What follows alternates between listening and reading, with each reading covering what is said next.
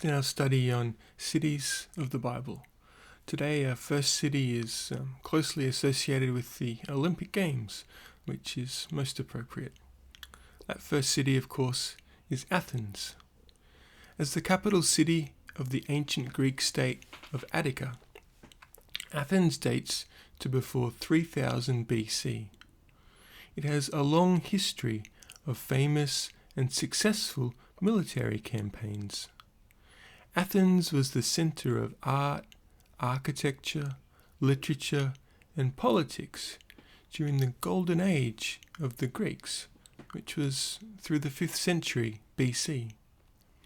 Many famous philosophers, playwrights, and other artists lived in Athens during this time. The city is recognized even today as the birthplace of Western civilization and culture. Modern visitors to Athens are impressed by the city's ancient glory, with the ruins of the Parthenon and several other massive buildings that were devoted to pagan worship.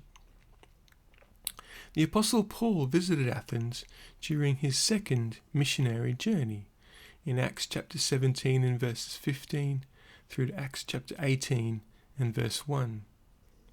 While waiting in the city for Silas and Timothy, he spent some time sightseeing, Acts chapter 17 and verse 23. He noticed the Athenians erected statues to all the gods, and even to unknown gods, in Acts 17 and verse 23. Paul described Athens as a city full of idols, Acts 17 and verse 16.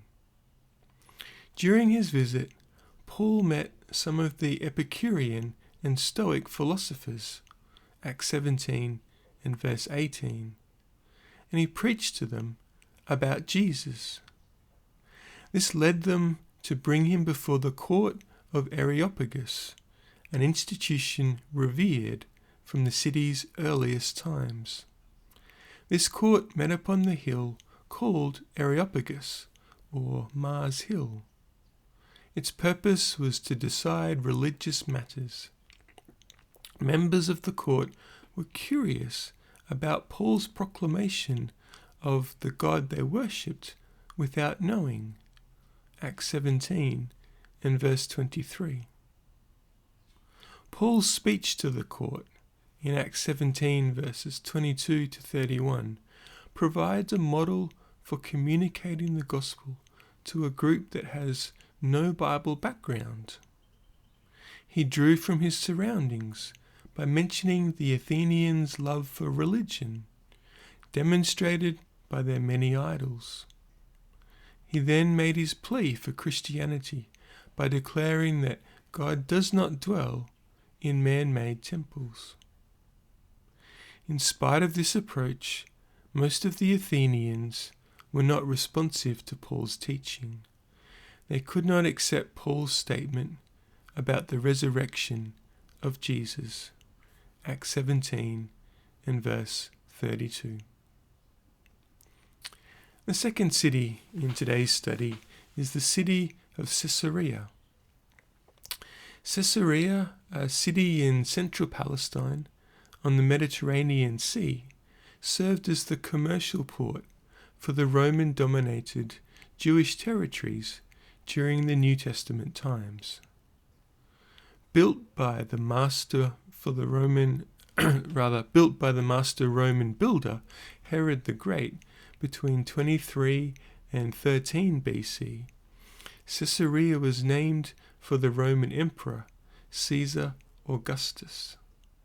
The city was known throughout the Roman world for its beauty, as well as its spacious, well-protected harbour. In addition to its commercial importance, Caesarea also served as Rome's administrative capital of the Jewish territories during the New Testament era. This is why Caesarea is mentioned so prominently in connection with the ministry of the Apostle Paul and other New Testament personalities.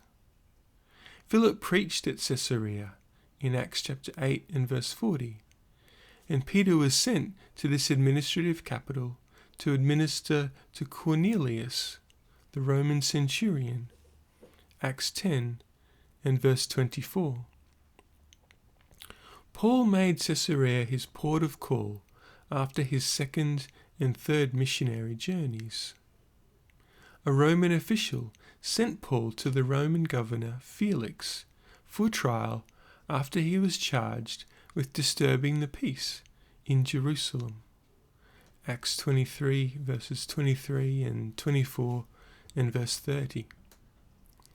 The apostle spent 2 years in prison at Caesarea before making his celebrated defense before Festus and Agrippa in Acts 25.